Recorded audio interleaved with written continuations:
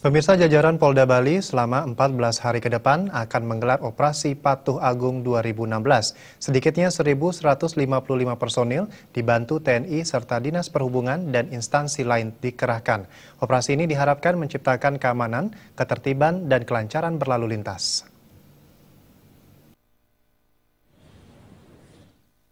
Operasi Patuh Agung 2016 resmi dibuka dengan pelaksanaan apel bersama. Pembukaan operasi yang menyasar pengguna jalan raya ini ditandai dengan penyematan pita putih biru kepada 3 petugas dari Dirlantas Polda Bali, Dinas Perhubungan dan TNI. Kapolda Bali Irjen Polisi Sugeng Priyanto berharap operasi Patuh Agung akan tercipta lalu lintas yang aman, tertib, dan lancar.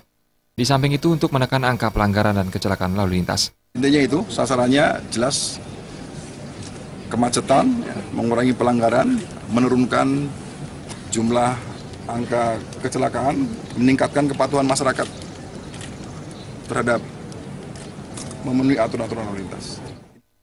Hal yang menjadi target operasi kali ini adalah pengendara serta kendaraan yang digunakan, termasuk angkutan umum. Beberapa kawasan yang dinilai rawan diantaranya Jalan W.R. Supratman dan Jalan Gatot Subroto.